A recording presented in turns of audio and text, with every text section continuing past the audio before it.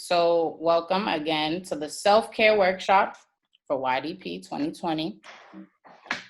All right, I can't just press that. Okay, so what is self-care? So I'm gonna go ahead and read it just to make it a little bit easier on everybody, but we can feel free to have open conversations about them as I go through reading it. And again, if you have any questions, just go ahead and ask. So what is self-care? So self-care is really just an activity or activities that we do deliberately in order to take care of our mental, emotional, and physical health. And although it's a simple concept in theory, like, we've all heard the term self-care, and I think we kind of over commonalize this word. But self-care in theory is something that we often really overlook. But good self-care is the key to improve your mood and reduce anxiety. So my question on this slide is, how many of you guys have felt like you were ever stuck in a bad mood or have dealt with that feeling of anxiety? And then when I say stuck, meaning like maybe you just woke up on the wrong side of the bed and it was just almost impossible to like get out of that feeling. So have any of you guys felt that way? Yes, I agree. I have. Well, yes, it happens. So there we go. All right. So the next question on self-care is, how do you do it? And the truth is that self-care just looks different for everybody. And it really is depending on your personality and what your interests are. So, everybody has their idea of self-care, but it really is specific. So something that works for me may not work for you. That makes sense to everybody? Yep. So the next one. So the 5 areas that we're going to go ahead and focus on for today's workshop, because there's a lot of areas. As I was doing a lot of this research, I realized that there was a lot more topics that you can focus on. So for the 5 that we're going to focus on today is physical, psychological, emotional, spiritual, and relationships. So that bottom part is really this. But for me, the only part from that bottom part that I'll repeat is that these are the ones that I feel like are most beneficial to all of you guys. So here we go. I keep forgetting to do. Okay, there you go. So physical self-care. So this is staying physically healthy is a very big area of self-care. By being physically healthy, you are able to make it through your daily commitments such as work, school, home duties, etc. So examples of physical care are develop a regular sleep routine. All of my young people in quarantine right now. So this first one, develop a regular sleep routine, aim for a healthy diet, taking lunch breaks. So even though you guys are in school taking classes right now virtually, making sure that you're dedicating time to like individual breaks to just eat, and taking time to rest your body and your mind, and going for walks. Although we know, and that's different for everybody. Some people don't like to walk. Some people like to walk. Some people, maybe your parents just aren't allowing you to walk. So again, this is why I say it's not for everybody. Like not all of these things can you do, but these are some good suggestions for this one. So are there any ways that you guys want to share with us that you've been maintaining your physical health during the quarantine time? Does anybody have anything that they want to share? Go ahead, Fidelis. For me, I live close to Franklin Park. So just going up to Franklin Park and either going on walks or running just to try to stay active and keep my mind kind of going. Awesome. Thank you for that, Fidelis. Anybody else have anything that they want to share for physical self-care? My sister does these like Zoom call, Zumba workout things, and sometimes I'll join her. But if for some reason I don't feel like joining her on days, I'll just like I said, dance with my nieces a lot, just listening to music and stuff. Nice. Yeah, like there's people have gotten really creative on keeping themselves active during this time. So that's a good one. Definitely the Zumba calls. Our organization has also been doing that for resident services. So that's been good. So the next one is the psychological self-care. So these activities are geared towards keeping you clear-headed. And some examples of these are keeping a reflective journal, engaging with a non-work hobby, so something that's not associated with work, something that's not associated with school, so just something that you like to do for fun. turning off your phone. I know that for our young people, that's definitely something that's easier said than done sometimes, but just being able to completely unplug is really good for your psychological health. Taking time to reflect. So maybe there's a day that you just felt overwhelmed or there's just a lot going on. So just taking the time to actually think through and process those feelings and those thoughts. And making time to engage with positive friends and family members. Now, have you guys ever tried to do any of these things, or like during this time, have any of you guys been, successful in doing any of these tools? Go ahead, Brianna, I see you. Oh yeah, Brianna, go first. I've been doing a lot of drawing or like making bracelets. I've been trying to learn how to play the ukulele, so things like that. Super active. I love that. That's really creative. Go ahead, Pedro. The ukulele, that's super unique. I've definitely been keeping a reflective journal. I'm on the creative side, creative journal, and just kind of getting my art ideas together throughout this time and just really thinking and reflecting, and definitely engaging with positive friends and family through, using technology and the, whatever we have now. A lot of live too. Awesome. Any more before I go ahead and click over to the next one? We good on this? I took a page out of Beth's book, and she inspired me to bake a lot because she's been doing that a lot during quarantine based off what I've seen. So I'm baking with my sister a lot. That's good. Save me some sweets. I got you. So the next one is emotional self-care. So emotional care allows you to explore full axes of your emotions. And this is something that we talked about while we were still in programming. So I know you guys are really familiar with this one. So some of the tools for this is developing friendships that are supportive. So making sure that you have people around you that are supporting you and encouraging you in a very positive and supportive way. So another good thing to do is writing 3 good things that you do each day, whether that just be turning an assignment, making sure you made it into class, and maybe helping, like you said, Naja, maybe helping your sister bake. So the next one is keep meetings with your parents or groups and other social groups virtually. So like making time for family on Zoom, maybe cousins that you guys are really close with. And the next one is just talking to your friends about how you're coping with life's dilemmas and demands. So for this one, because like I said, we're very familiar for this one. Does anybody have 3 good things about your day yesterday that you want to share with us today on the Zoom call?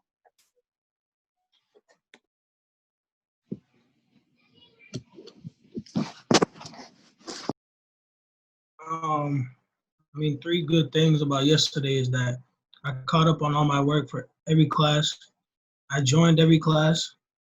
And then I think the last one is just I went to sleep on time. So I got a good night rest. Yeah, awesome. I love that. That's a very positive day. Good job, Jonathan. Anybody want to add? Lizbeth, we haven't heard from you yet. 3 good things that happened yesterday. I don't even remember a lot of the things I did, but I did join all my Zoom calls, so I did wake up on time. So woke up on time, joined all your Zoom calls. Give us one more. I turned off my phone and watched Netflix. I think that's a good one. Ooh, that's a big one for you. That's good. Anybody else want to go before we go to the next? Naja, you want to go or are you? I want to, but they won't be quiet. It's okay. We can't really hear them. So if you have your 3, you can go ahead. I went on a walk with my sister and my nieces. We saw rabbits and chipmunks. That's the second one because in the city you hardly ever see wildlife like that. Right. And, thank you. And I danced with my nieces. No, those are all good things. Thank you for your sharing. Thank you guys for that. So we're going to go on to the next one. So spiritual self-care. So this gives you a perspective outside of daily life. So, we think about this in the sense of like religion, I think is usually the most typical way to think of like the spiritual, like as far as like outside of regular life. So these tips for this one is engaging in reflective practices like meditation. So that's really just reflecting, maybe with your eyes closed. A lot of people meditate differently. So not everybody has to like have their eyes closed on the ground with their legs crisscrossed. Like it looks different for everybody. But just taking time to literally just kind of go within yourself and reflect on your thoughts. So going to church, your mosque or temple, a lot of churches are doing this virtually now. If that is something that you do or you have a religion that you're practicing, a lot of churches are allowing and having Zoom sessions, or just reading about faith, right? The next one is doing yoga. So a lot of people associate yoga with spirituality, just with the way that you move your body and you have to just be in tune with your body all the time, as well as your environment. So yoga is a good one for that. And another good way to do that is just reflecting with a close friend for support. Are there any questions about this one? I think it was pretty self-explanatory. Yep. Okay. All right. So now this is just going to be the first activity. We're going to have another activity after this. So for this first one, can everybody see the screen, the slide with the circle? Good? Okay. So now that we've discussed different areas of self-care and ideas of what you can do, take this time to make a diagram like this one with what falls in your self-care circle. So just take the time to just really quickly look at this, look at the different things that they use as an example for self-care, and then we'll go ahead and share in about a minute or two.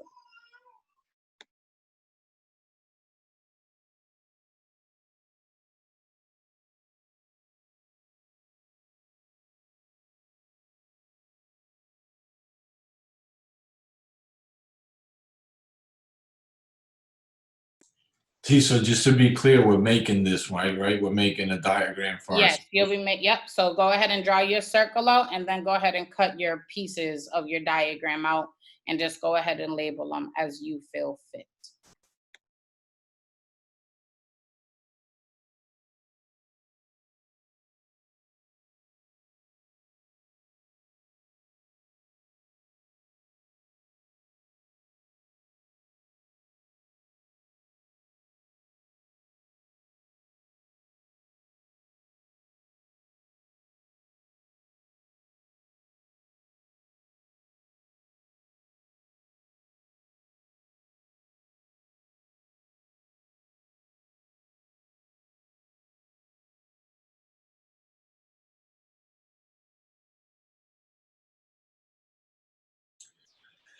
If you have any questions while we're doing this, feel free to ask.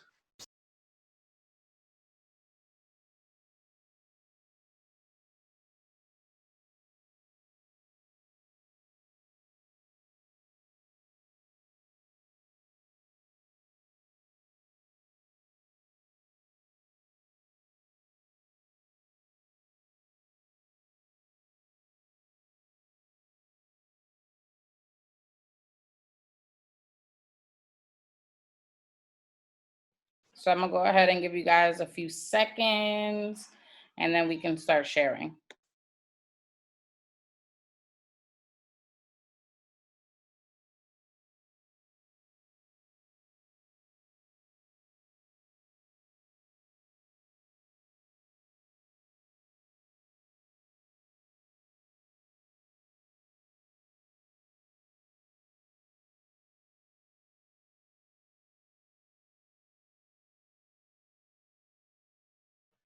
All right, is anybody ready to share?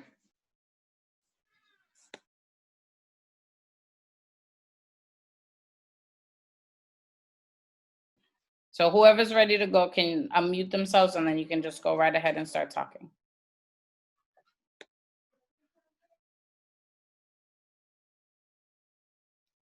Are we showing the circle? If you want to, you can give us an idea, or you can show us if you like. Up to you.